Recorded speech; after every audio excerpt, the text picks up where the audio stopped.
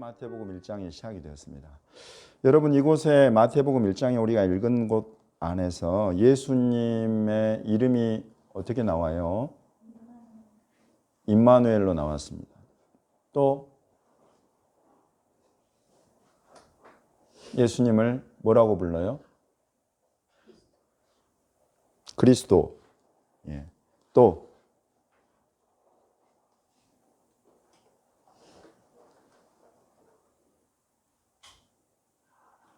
예수라고 부르죠. 예, 그 이름을 그 이름을 예수라라 이렇게 합니다. 예. 또 있어요. 아브라함의 자손 그리고 다윗의 자손 이렇게 되죠. 아브라함과 다윗의 자손 예수 그리스도의 예고다 이렇게 되어 있습니다. 이 예수님은 그래요. 여기 지금 예수다 이분은, 그리고 그리스도다, 그리고 임마누엘이다, 그리고 아브라함의 자손이고 다윗의 자손이다. 여러분, 지금 마태복음 1장에는 완전히 예수님의 중요한 핵심되는 이름과 칭호들이 다 나와요. 여러분 중에 이 이름들 중에 이해하지 못하는 이름 뭐가 있어요? 이해하지 못하는 이름 없죠? 자, 그럼 하나씩 한번 살펴볼까요? 예수라 하라 그래요. 예수.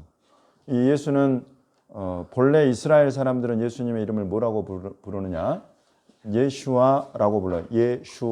예슈아라고 불러요. 예슈아는 그 이름이 원래 유대인들은 우리나라 사람들처럼 이름에 뜻이 있어요. 뜻이. 제 이름은 정태권입니다. 태권. 태권이 뭘까요? 얍! 태권도일까요? 그래서 대한민국에 군대 갔다 온 남자들은 내 이름을 다 알아요. 태권. 맨날 군대 가서 하기 때문에 내 이름을 모르는 사람이 없어요. 근데 한자로 보면 이제 클태자의 권세 권자 그래가지고 큰 권세다 그래요.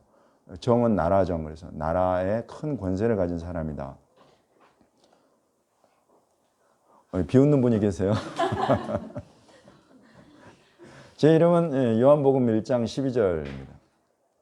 영접하는 자고 그 이름을 믿는 자들에게는 하나님의 자녀가 되는 권세를 주셨으니, 하나님의 자녀가 되는 큰 권세를 하나님의 나라에서 누리는 사람이다. 저는 제 이름을 그렇게 이해하고 있어요. 이런 것처럼 유대인들은 그 모든 이름의 뜻이 다 있어요.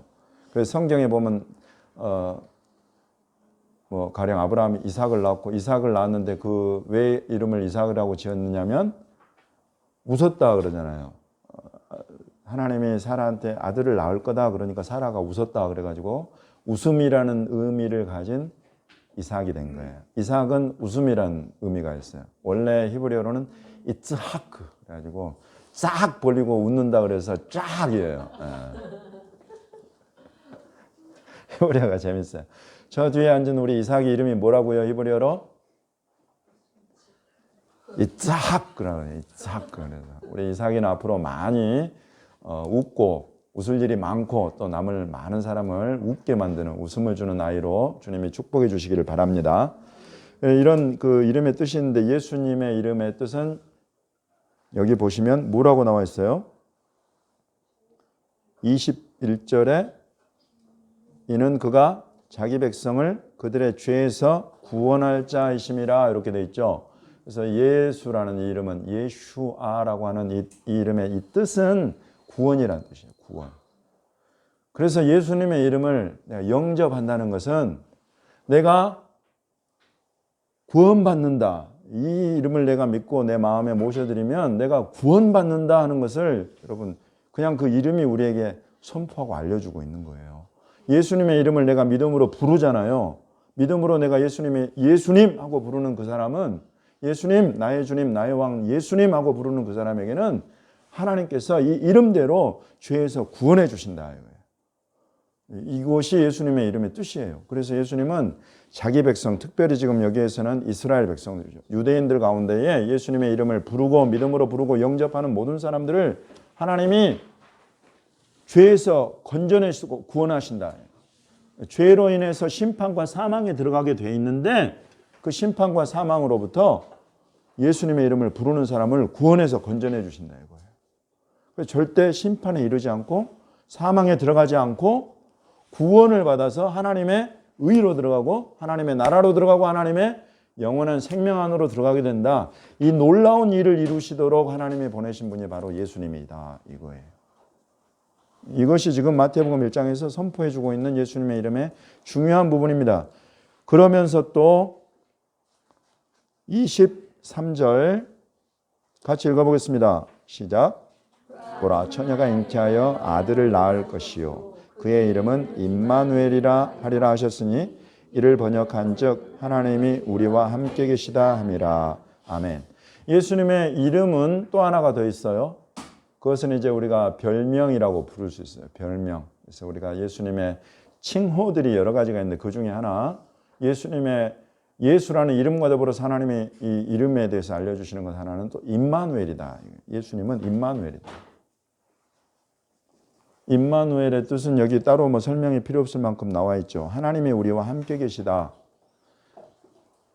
임이라는 게 함께라는 히브리어예요. 함께, 임. 그래서 임과 함께 이렇게 되는 임과 함께. 예수님을 우리 임으로 우리 님이 되면 예수님이 님과 함께, 임과 함께 지내게 된다. 이런 뭐 우리말 어떤 언어 유희로도 사용할 수 있겠지만은 임은 함께라는 뜻이에요. 임마누 그러면 임마누에서 누가 우리라는 뜻이에요.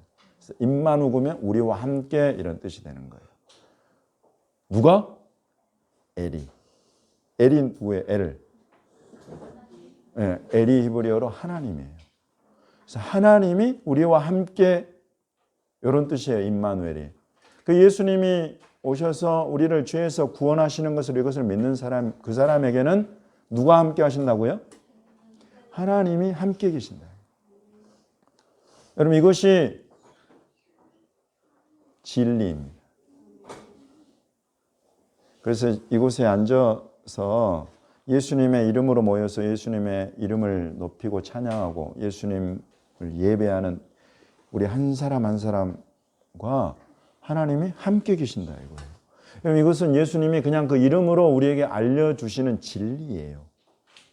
아, 예수님을 믿으면 내가 죄에서 구원받는다. 내가 죄인인데 내가 어떤 죄인인 것은 내가 알잖아요. 누가 이렇게 손가락질 할 필요가 없어. 내가 죄인인 것은 내가 알아요. 그 죄인을 주님이 구원하신다 이거예요. 구원하시고 구원하실 뿐만 아니라 구원하고 그냥 너 혼자 알아서 잘 살아라 이렇게 두시는 것이 아니다. 고아처럼 그냥 혼자 살도록 두시는 것이 아니라 아버지 하나님이 예수 그리스도 그 이름 안에 있는 이 사람과 함께 계신다. 함께.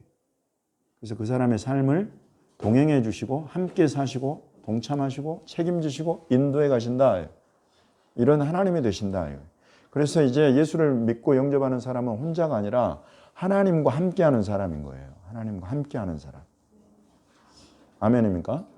이 하나님을 내가 얼마만큼 내 삶 속에서 의지하고 만나느냐, 여러분 이게 관건이에요. 한 주 동안에 살아가면서 내 삶 가운데서 내 친구들과의 관계, 내 공부, 내 직장, 직업, 내 가족 이 안에 얼마만큼 내가 이 나와 함께 하시는 하나님을 만나고 찾고 경험하느냐, 여러분 이것이 관건인 거예요. 이것은 믿음의 문제. 기본적으로 예수님이 예수와 임마누엘이다. 임마누엘 예수와다. 우리 주님의 이름이. 이것을 머리로만 믿고 입으로만 말하고 끝나는 것이 아니라 한 주 동안의 일을 살아가면서 지금 나의 이 순간에 이 삶 가운데 나의 이 어떤 기도 제목 가운데에 주님 나와 함께 하시는 하나님 앞에 말씀드립니다. 가장 친한 친구처럼 계속 그 예수와 우리 하나님을 찾고 구하고 그분께 계속 말씀을 드리는 것. 여러분 이것이 기도하는 삶이에요. 이것이 신앙인의 삶이고 이것이 믿음을 나타내고 보이는 삶이에요. 어려운 게 아닙니다. 지금 제가 여러분과 나누는 이런 말씀들이 전혀 어려운 말씀이 아니죠. 우리 주님의 이름을 지금 함께 들여다보고 있습니다. 임마누엘 예수와다. 그리고 지금 이곳에 또 있는 거 아브라함의 자손이다. 아브라함의 자손. 지금 1장 1절 마태복음 1장 1절이 아브라함과 다윗의 자손 예수 그리스도의 계보다 이렇게 나와요. 그래서 아브라함의 자손은 어디서 왔느냐? 오늘 창세기 오늘 파라샤가 지금 3주차 파라샤고 3주차 파라샤의 제목은 레흐레카 그럽니다. 가라라고 하는 건데 이것은 하나님께서 아브라함을 처음 부르실 때에 아브라함에게 하신 말씀이에요. 우리 창세기 우리 12장을 한번 보겠습니다. 창세기 12장. 창세기 12장 1절에서부터 9절까지 말씀. 창세기 12장 1절에서 9절까지 말씀. 이웅경 성도 전체를 한번 읽어 주십시오. 9절까지. 여호와께서 아브라함에게 이르시되 너는 너의 고향과 친척과 아버지의 집을 떠나 내가 내게 보여줄 땅으로 가라. 내가 너로 큰 민족을 이루고 내게 복을 주어 내 이름을 창대하게 하리니 너는 복이 될지라. 너를 축복하는 자에게는 내가 복을 내리고 너를 저주하는 자에게는 내가 저주하리니 땅의 모든 족속이 너로 말미암아 복을 얻을 것이라 하신지라. 이에 아브라함이 여호와의 말씀을 따라갔고 롯도 그와 함께 갔으며 아브라함이 하란을 떠날 때 75세였더라. 아브라함이 그의 아내 사레와 조카 롯과 하란에서 모은 모든 소유와 얻은 사람들을 이끌고 가나안 땅으로 가려고 떠나서 마침내 가나안 땅에 들어갔더라. 아브라함이 그 땅을 지나 세겜 땅 모래 상수리 나무에 이르니 그때 가나안 사람이 그 땅에 거주하였더라. 여호와께서 아브라함에게 나타나 이르시되 내가 이 땅을 내 자손에게 주리라 하신지라. 자기에게 나타나신 여호와께 그가 그곳에서 제단을 쌓고 거기서 베델 동쪽 산으로 옮겨 장막을 치니 서쪽은 베델이요 동쪽은 아이라. 그가 그곳에서 여호와께 제단을 쌓고 여호와의 이름을 부르더니 점점 남방으로 옮겨갔더라. 아멘. 예, 여기 보시면 하나님께서 이제 우리 노아의 홍수 사건 이후에 또 바벨탑 사건 이후에 한 사람을 불러서 택하시는 장면이 지금 오늘 저와 여러분이 함께 살펴보는 이 말씀의 이 장면입니다. 그래서 창세기 12장 1절에 여호와께서 아브라함에게 이르시되 너는 가라. 내가 너에게 보여줄 땅으로 가라. 그러면 내가 너로 큰 민족을 이루고 내게 복을 주어서 내 이름을 창대하게 하리니 너는 복이 될지라 이렇게 말씀하세요. 그리고 7절을 보시면 여호와께서 아브라함에게 나타나 이르시되 내가 이 땅을 내 자손에게 주리라 하신지라. 자기에게 나타나신 여호와께 그가 그곳에서 제단을 쌓았다 이렇게 이야기를 합니다. 하나님이 아브라함을 불러서 아브라함에게 어떤 땅을 보여주시면서 보여주실 땅으로 가라 이렇게 말씀을 하시죠.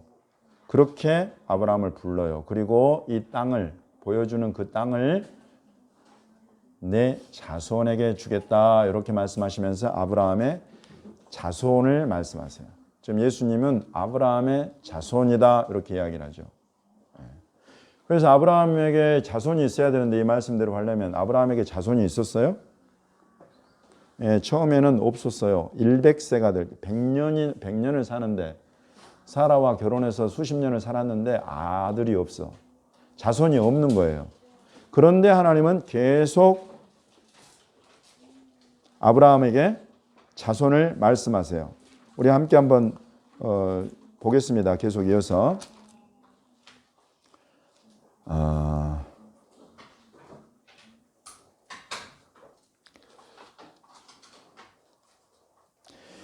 창세기 15장으로 넘어가 보겠습니다. 창세기 15장.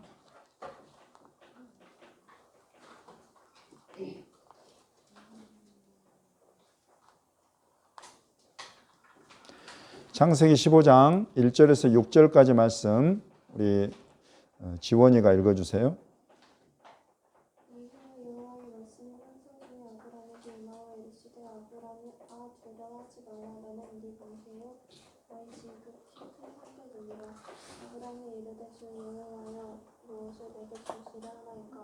나는 자식이 없사오니 나의 손자는 이 다윗 사람 엘리에셀이니이다. 아브라함이 또 이르되 주께서 내게 씨를 주지 아니하셨으니 그 집에서 기는 자가 내 sak자가 될 것이니이다. 여호와의 말씀이 그에게 임하여 이르시되 그 사람이 네 sak자가 아니라 네 눈에서 날짜가 네 sak자가 되리라 하시고 그는 이때에도 밖으로 나가 이르시되 하늘을 우러러 목별을 쉴 수 있나 보라. 또 그에게 이르시되 네 자손이 이와 같으리라. 아브라함은 여호와를 믿으니 여호와께서 이를 그의 일을 여기시고. 아멘. 예. 지금 여기에서 하나님을 만나요, 아브라함이. 여러분, 지금 우리가 그 이름을 아는 것이 중요한 것은 지금 하나님께서 아브라함을 부르시고 난 다음에 아까 읽은 그 9절에서도 12장 8절에서도 여호와께 제단을 쌓고 여호와의 이름을 부르더니 이런 말씀이 있죠. 우리가 예수님의 이름을 알고 끝나는 것이 아니라 그 이름을 계속 부르는 것이 신앙생활이다 이거예요. 아브라함도 처음 하나님이 자기를 부르시고 그 뒤로 계속 하나님의 이름을 불렀어요.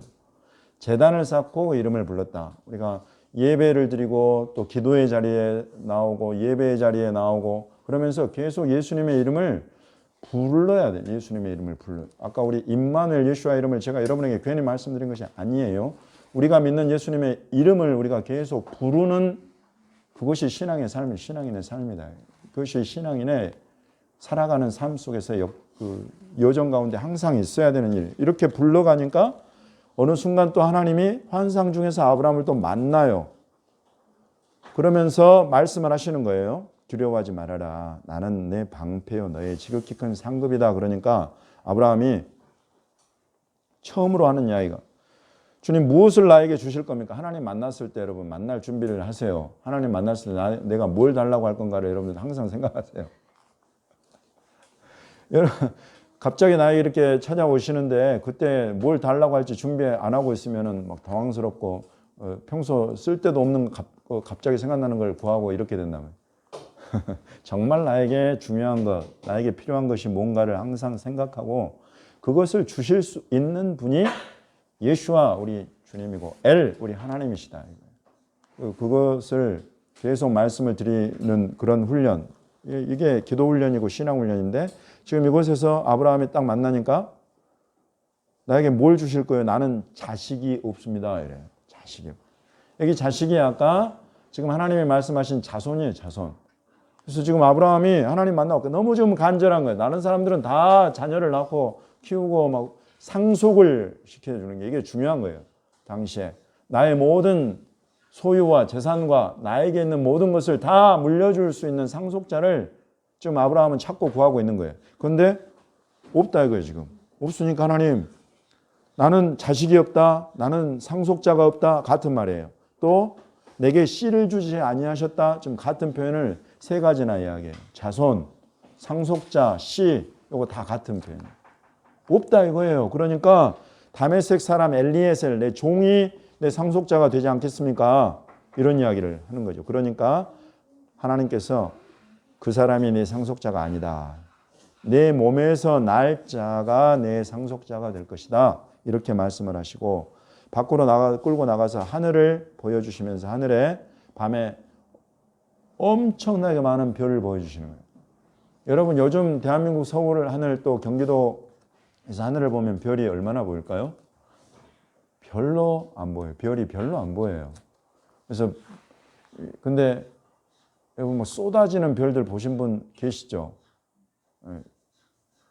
나이가 좀 있는 분들이 좀 많이 봤을 거예요. 그래서 지금 고개를 끄덕인 사람들은 나이가 조금 있는 분들이기가 쉬워. 왜냐하면 계속 대기오염이 심해져 가지고 우리 어렸을 적에 하늘을 보면 그냥 쏟아질 듯 보이던 그런 별들이 있는 하늘이 아니야. 지금은 은하수가 보이잖아요. 어렸을 적에는. 근데 지금 은하수가 안 보여. 은하수가 뭔지 몰라요. 요즘에 아이들이. 근데 지금 이때 내 어렸을 적만 해도 은하수가 보이고 하늘에 별이 막 쏟아질 것 같은 그런 하늘이었으니까 아브라함 때는 얼마나 더했겠어요. 얼마나 깨끗했겠어요. 더군다나 홍수로 모든 걸 다 씻어버린 이유니까. 그걸 보면서 내 자손이 이처럼 많아질 거다. 믿어져요? 네. 근데 6절을 보면 아브라함이 여호와를 믿었다. 믿었다. 참, 이 믿음은 이게 합리적이지 않은 것 같아. 논리나 이성을 떠나는 것이 믿음이구나 하는 것들은 확실해요. 지금 아브라함에게 씨가 자식이 하나도 없어 자손이. 근데 엄청나게 헤아릴 수조차 없이 많은 자손이 너에게 있게 될 거다라고 말씀하시는데 그걸 믿었다는 거예요. 네? 네. 이게 1년에 하나씩 낳고 또 1년에 새 쌍둥이씩 난다고 해도 여러분 아무리 많이 출산해도 저만큼 되겠어요? 뭐 혹시 막 그 우리나라 뭐 3첩, 4첩 이런 말 있잖아요. 그때 당시는 뭐 여러 사람의 부인을 둘 수 있었으니까 수많은 부인들을 두고 수없이 많이 자손을 생산한다고 해도 저만큼 되겠냐 말이에요. 그럼 당장 내 생에 일어날 일이 아니야, 저거는. 이런 것이 여러분 믿음이에요. 당장 내 눈앞에 펼쳐지지 않는데 하나님이 무슨 약속을 해주시고 말씀하시면 여러분 그것이 믿어진다는 거예요. 그게 아 이렇게 되겠다. 그걸 내 눈으로는 못 보겠지만은 하나님이 내게 말씀하신 대로 내게 이루어질 것이 그냥 믿어진다 이거예요. 이런 게 믿음입니다. 그래서 아브라함이 그렇게 말씀하신 하나님을 믿었다 이거예요. 근데 여기서 놀라운 이 말씀을 하시죠. 그러니까 여호와께서 이를 그의 의로 여기셨다 이런 이야기를 해요. 믿음으로 의롭게 된다는 말씀이 여기를 바탕으로 해서 나와요. 여러분 이 말씀 나오기 전에 아브라함은 의인이었어요? 죄인이었어요? 아, 어려운 질문을 던졌어요. 예. 실제로 좀 죄인인 것은 우리가 이제 뭐 누구도 부인할 수 없겠지만은 아주 또 거짓말을 하고 거짓말이라는 거짓을 말할 뿐만 아니라 그 거짓을 아내에게 시키고 예. 또 자기 목숨을 지키기 위해서 아내를 어떻게 보면 총알바지로 내세워서 요즘 표현으로 하면 그래요. 예. 당신이 보통 아름다운 사람이 아니잖소. 예? 자칫 저 이집트 무법한 저놈들이 당신 미모에 반해가지고 나를 죽이고 당신을 취하려고 할지 모르니까 나를 당신 남편이라고 하지 말고 오빠라고 합시다. 당신은 내 여동생으로 하고 거짓말을 시키는 거죠. 그리고 아내를 내세워서 그래서 이 아내를 넘겼어요. 넘겼어. 근데 그것 때문에 이제 하나님께서 그 중간에서 막 이렇게 개입하셔가지고 겨우 그 좋지 않은 사건이 일어나지 않게 된 거예요. 그러니까 이런 것들을 보면 지금 우리가 봐도 왜 이렇게 비겁했을까 막 싶은 이런 모습을 갖고 있는 아브라함이다 이거예요. 당시의 문화나 이런 배경이 어땠을지는 몰라도 여러분 사라의 마음은 어땠을까 이런 생각을 한번 해보고 그런 남편에 대해서 어떤 생각을 했을까 이런 생각도 아주 이게 성경에는 나오지 않지만 우리가 이걸 행간읽기라고 하잖아요. 사라의 마음이 어땠을까? 그런 아브라함을 보는 사라. 그것도 그거지만 아브라함은 또 어땠을까? 이렇게 해놓고 그리고 하나님이 그 중간에 개입해가지고 그걸 되돌려 놓으시는 그런 상황 속에서 아브라함의 마음이 어땠을까? 야, 이게 참 부끄러운 모습들이에요. 부끄러운 모습들. 우리가 지금 위대한 믿음의 사람으로 부르는 아브라함도 부끄러운 모습이 있어요. 부끄러운 모습이. 근데 그 부끄러움을 하나님이 이렇게 의로 바꿔주신다. 여러분 이런 것을 우리가 은혜라고 불러요. 저와 여러분도 살다가 보면 어느 때인가 항상 의롭고 항상 정의롭고 항상 정직하고 항상 좋은 말과 좋은 행동만을 하고 그렇게 살지 못하고 부끄러운 모습을 가질 때가 있게 된단 말이에요. 근데 하나님이 사람은 손가락질 할 수 있어요. 지금 저처럼 에게 아브라함 봐라 이러면서 이 비겁 이럴 수 있어. 근데 하나님이 비겁한 놈 하면 정말 그 사람은 그냥 비겁해지는 거예요. 근데 그것을 덮어주고 의로운 사람으로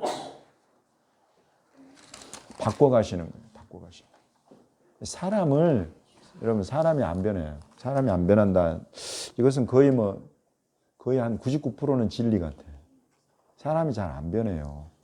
근데 변하지 않는 사람을 변하게 하시는 분이 계시는데 그분이 하나님입니다.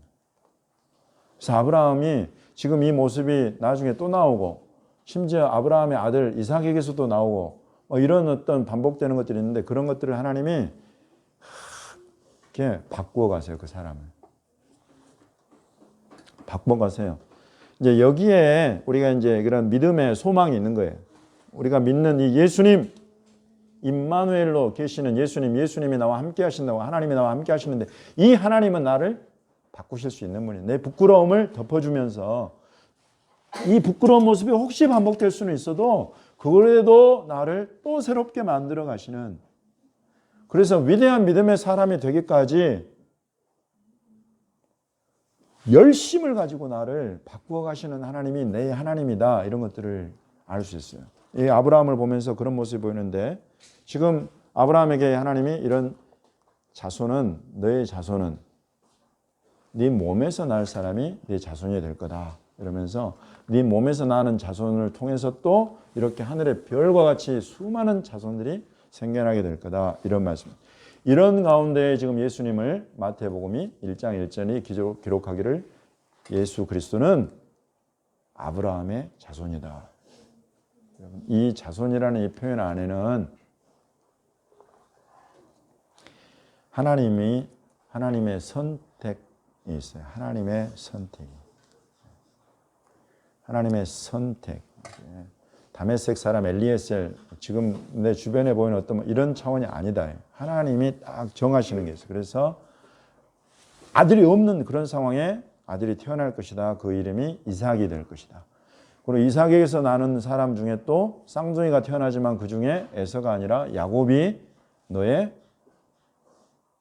상속자가 또 된다. 이렇게 하나님이 정하시는, 그렇게 하나님이 정하시는 아브라함의 자손, 하나님의 언약이 이어지고 하나님의 뜻이 풀어지고 나타나고 이루어지는 성취되는 데에 쓰임받는 자손. 이것이 예수 그리스도다. 예수님은 그런 분이다. 예수님은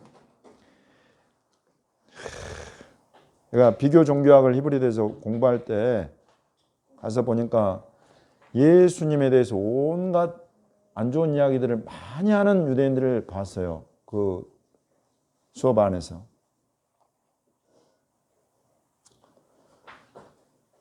하나님의 사람으로 인정받기 전에 벌써 아브라함의 자손도 아닌 거야. 이거는 예수에 대해서. 제가 굳이 설교 시간에 여러분 이 입을 통해서 전하고 싶지 않은 여러 가지 예수님에 대한 비방, 그거는 예수를 인정하지 않기 위해서 하는 소리들인데, 지금 마태복음에서 이렇게 예수 그리스도는 아브라함의 자손이고 그리고 다윗의 자손이다. 이렇게 딱 선포하면서 이렇게 시작하는 것. 이것은 정말 예수 그리스도를 향한 신앙 고백이에요. 이것이 신앙 고백이에요. 하나님이 세우신 아브라함의 그 씨다. 하나님이 선택하신 아브라함의 씨다. 하나님이 선택하고 인정하시는 다윗의 씨다. 다윗의 가문, 다윗의 보좌를 잇는 사람이다. 여러분 이렇게 딱 선포하면서 시작하는 거예요. 여러분 우리 신앙생활, 우리 믿음에 이런 선포가 굉장히 중요합니다. 예수님의 이름을 부른다는 것은 실은 내 믿음의 선포예요. 매일 매순간 예수님을 부른다는 것은 내 신앙 고백이고 선포인 것이에요. 예수님을 향한. 그래서 이렇게 예수님의 이름을 예슈와 임마누엘, 아브라함의 자손 이렇게 지금 풀어가고 있고, 그리스도다. 예수는 그리스도다. 마지막으로 여기까지만 보겠습니다. 예수는 그리스도다. 그리스도는 히브리어입니까? 헬라어죠. 크리스토스. 그래가지고 이 그리스도라는 말은 히브리어 마시아흐라고 하는, 영어로 옮기면 anointed one, 기름 부음 받은 자라는 뜻이에요. 그래서 본래 히브리어 안에 이 마시아흐 요 말은 기름 부음 받은 자라는 뜻이고, 이것을 옮겨서 크리스토스, 그래서 그리스도라고 번역이 됐는데, 기름 부음은 이렇게 성경에 기름을 붓는 것은 제사장에게 기름을 붓고 선지자에게 기름을 붓고 왕에게 기름을 붓죠. 그래서 지금 특별히 이것은 왕이신 왕이시다. 예수 그리스도라고 할 때 이 예수는 하나님이 인정하는 다윗의 계보를 잇는 다윗의 보좌를 완성하는 왕이시다. 이런 선포가 여기 딱 들어가 있는 거예요. 그 지금 이곳에 보면 내가 믿고 섬기는 예수님의 칭호와 이런 이름과 칭호가 지금 거의 중요한 것들이 다 지금 이곳에 이 한 장에 다 기록이 되어 있어요. 예수님은 예수님이시다. 예수시다. 구원이시다. 이거예요. 예수님 구원이시다. 임마누엘이시다. 우리와 함께 하시는 하나님이시다. 함께 하시는 하나님이시다. 아브라함의 자손, 하나님이 선택하고 인정하여 세우신 아브라함의 자손이고 다윗 왕의 계보를 잇는 왕 메시아 그리스도다. 이것이 예수님의 영광이고 이것이 저와 여러분에게 실로 권세를 주는 그런 예수님의 이름이에요. 권세가 있다. 권세. 이 권세가 어디서 나오느냐? 하나님이신 예수님께로부터 나온다 말이에요. 임마누엘. 하나님 우리와 함께 하시는 하나님이 우리와 함께 하시는 그런 권세 있는 사람이 된다. 이거. 두 번째는 왕권이다. 왕권. 왕권을 가진 그리스도 메시아. 예수님은 기본적으로 왕이세요. 왕. 왕은 통치하고 다스리는 분이죠. 그래서 실제로 온 이스라엘과 이제 만왕의 왕으로 하나님이 세우셨다는 것이 성경에 정언하는 바예요. 이 예수님을. 그래서 모든 나라, 모든 민족, 모든 백성들을 다 왕으로 통치하실 분 그분이 바로 저와 여러분이 오늘 예배하고 섬기고 믿는 예수님이다. 이거예요. 그래서 권세 있는 사람입니다.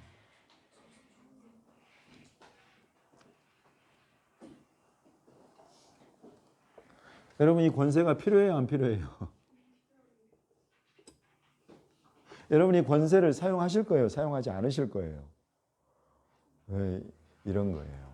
내가 예수님을 믿고 그냥 예수님의 이런 하나님이신 예수님 그리고 왕이신 예수님을 내가 아는 데만 그냥 끝나버려요. 내 삶 속에서 그것을 사용할 수 있다.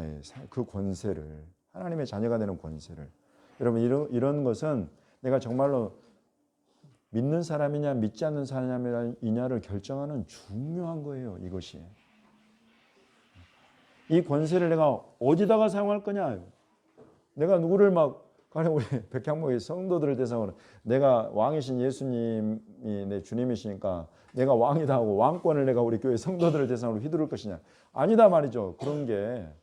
그럼 이런 예수님의 왕으로서의 권세를 내가 어떻게 사용할 것이냐. 하나님이신 예수님의 그 권세를 내가 누구를 대상으로 무엇을 대상으로 어떻게 사용할 것이냐. 이런 것들.